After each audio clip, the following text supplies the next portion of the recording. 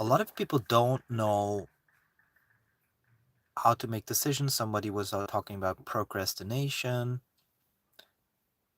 in the stream, and I give you a massive advice. So you just sit down in silence like this and just become aware of your beingness. Become really aware of your beingness.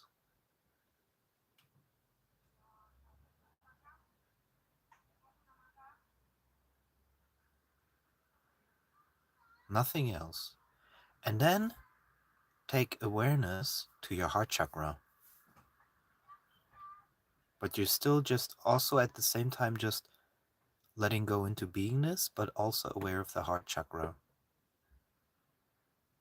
And you just keep listening.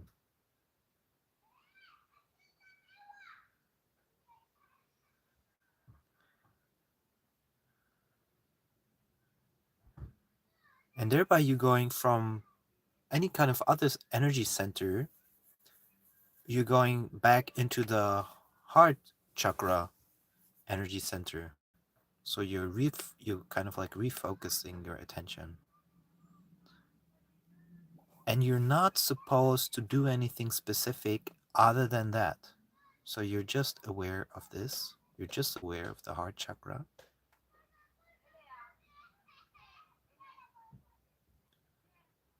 And you don't need to project anything into it, so it's not like you need to feel a certain feeling. It's just awareness. Just the awareness is here. That's all you're doing basically. You're just putting the awareness over here.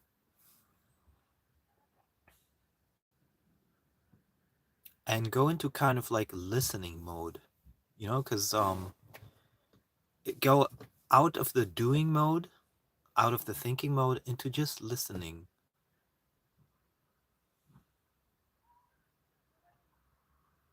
And it's not easy to do in the beginning because you're not used to listen to the body.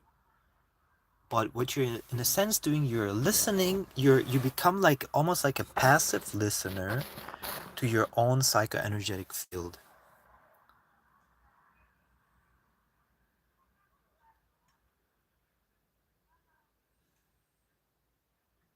And the more you do it, the more you listen to your own psychoenergetic field,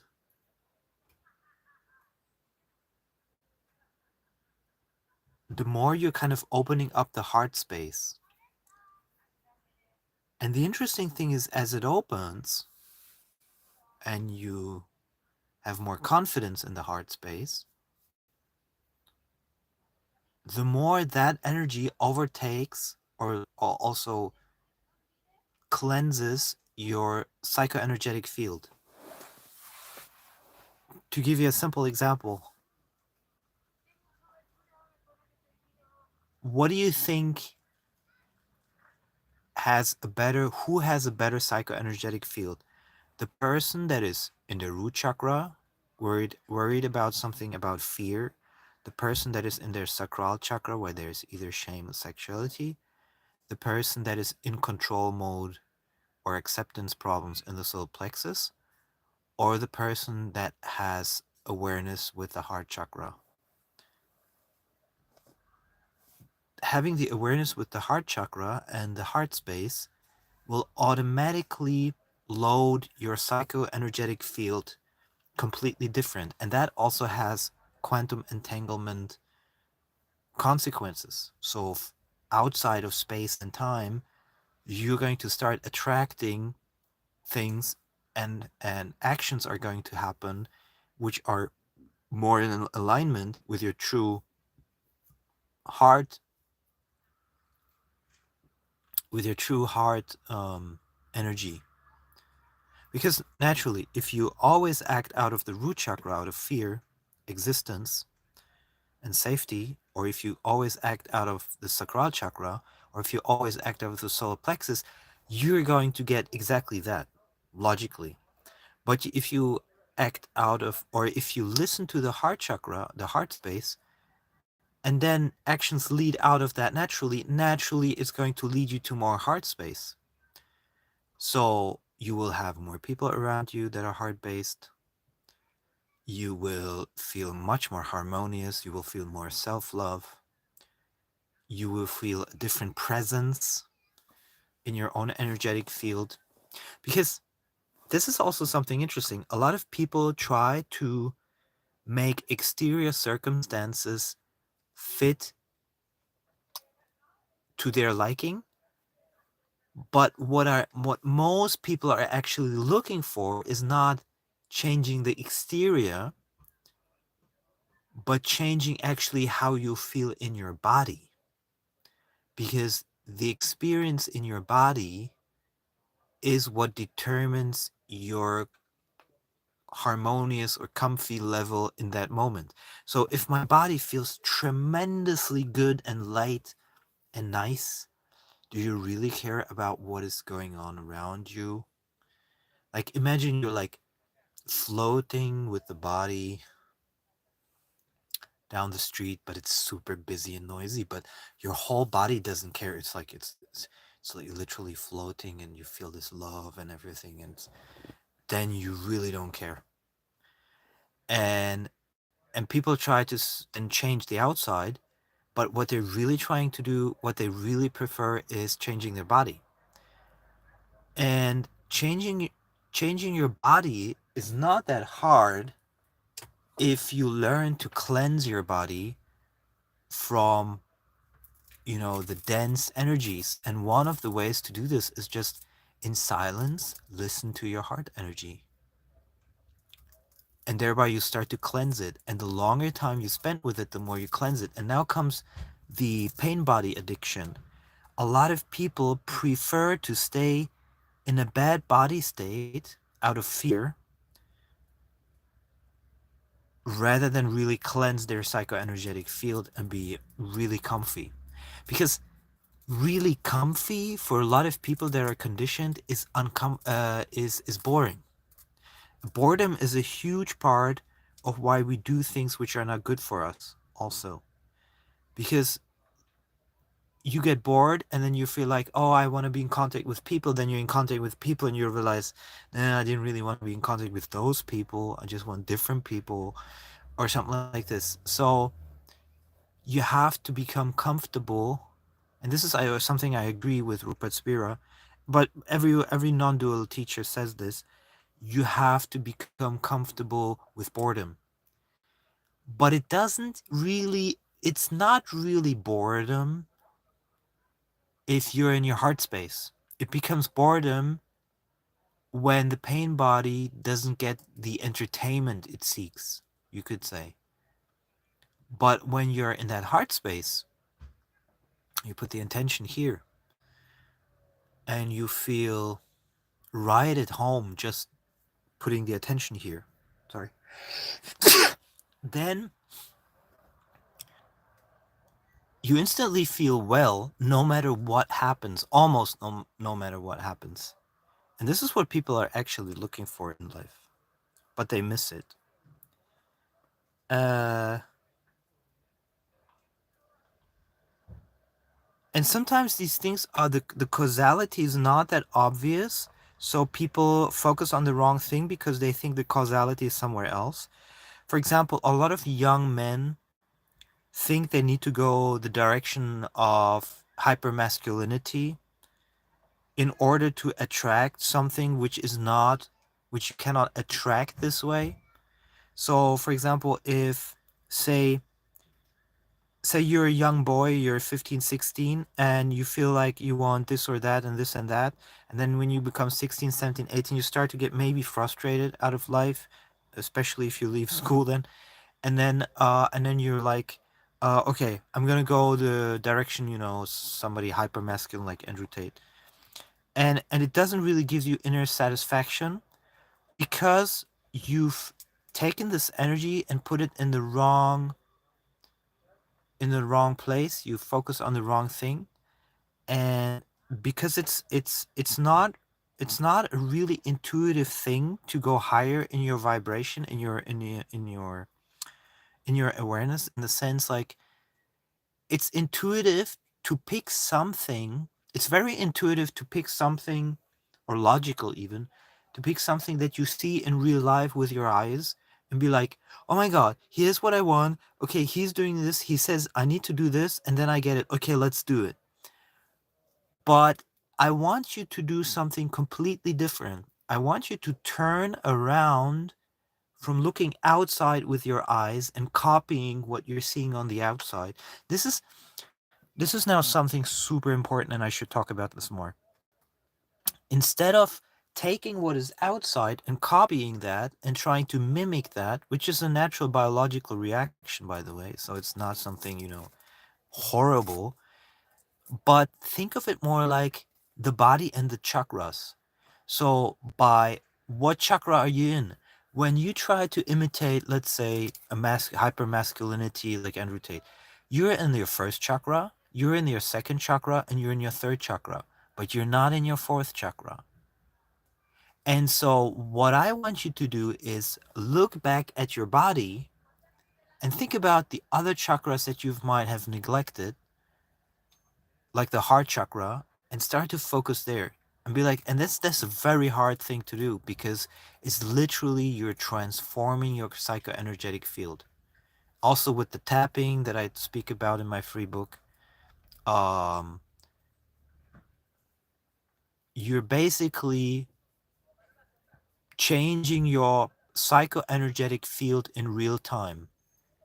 And as you're changing your psychoenergetic field in real time, it's like Sadhguru says, your chakras and your spine determine your reality. What you are truly seeing, what you're truly seeing and experiencing is not what's going on the outside. It's actually the electrical and psychoenergetic impulses that you feel that are on the spine and on the chakras that are coming to your active consciousness on the brain level. So you can only experience which is on your active consciousness over here. And those things are not signaled from the outside, they're actually signaled from the inside. So again, your experience of the world is not through the outside, is actually how your chakras are aligned. Those are the filters. The way the chakras are attuned and aligned is actually how you're experiencing this world. That means if you change your chakra alignment, if you change your chakra frequency and the way the energy moves through it and the signals change to the brain, then you're actually changing your reality. And with that, also your psychoenergetic field. That means it bounces completely differently back and forth between the reality and yourself. If I give you an example, sonar, right? Or bats when they, ultrasonic also. When the frequencies send out, it bounces back, and you receive that bounce back, and then you know what's going on the outside. Bats work like that, so they send a signal out. Well, just like dolphins, the signal comes back, and that's how they see. That's how they really well see. So they see three-dimensional because of those signals. And the same way it works for their chakras. So if you've never focused on your heart chakra, you're not seeing on that frequency because you're not even sending out and you're not receiving on that frequency. And most people nowadays are not on the heart chakra. They're not on that level. So by giving more and more attention to this, you're actually you're actually activating an energy which has been dormant. It's a little bit like let's say you have a radio with frequency from 90 megahertz to 100 megahertz, and you've always skipped 59 to 100 because you never were attuned to it. So you were just listening to lower radio stations, but you were never listening to the higher radio stations. And by putting awareness there and listening, you are actually tuning that frequency. You are increasing the amplitude of sending and receiving, and thereby you start to do, without having to force it, totally different actions. You will experience your actions without having to force it you will just start to do things differently. It's very, very, very interesting to observe your own self as it changes.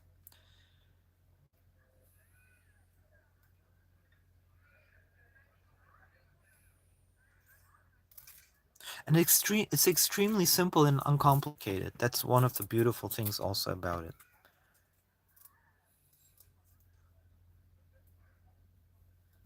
And it's something that can be truly enjoyed. You can truly enjoy listening to your own heart chakra. It's really a beautiful thing, to your own heart space. It's a very nice thing.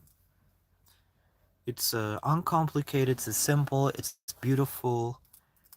But again, this is super important to repeat. It's a listening exercise. You're not doing anything, you're just passively listening, nothing else.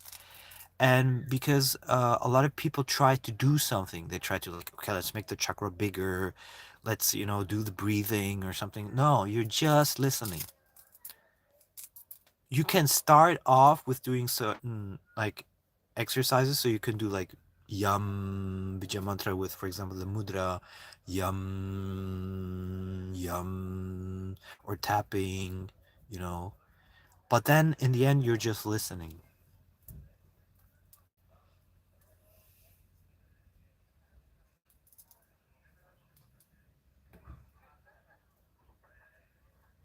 And that's much more fulfilling than any other cope mechanism that you could possibly follow. There's a lot of coping mechanisms that people do, that people follow, and none of them really work for satisfaction. Whereas listening to the heart space really works because it's something that is intrinsically satisfactory. Because you're not expecting something on the outside to change, you're just giving more space to something that has been neglected within you. And then it just happens by itself. So it's very, very simple, it's very satisfying.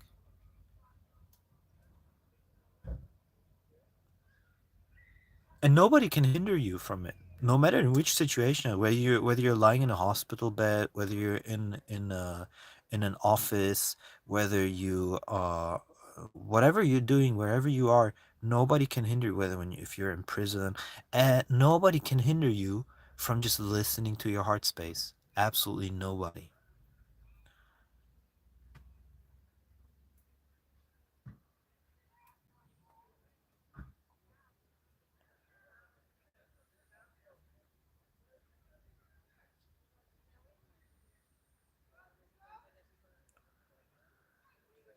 And that's it for now.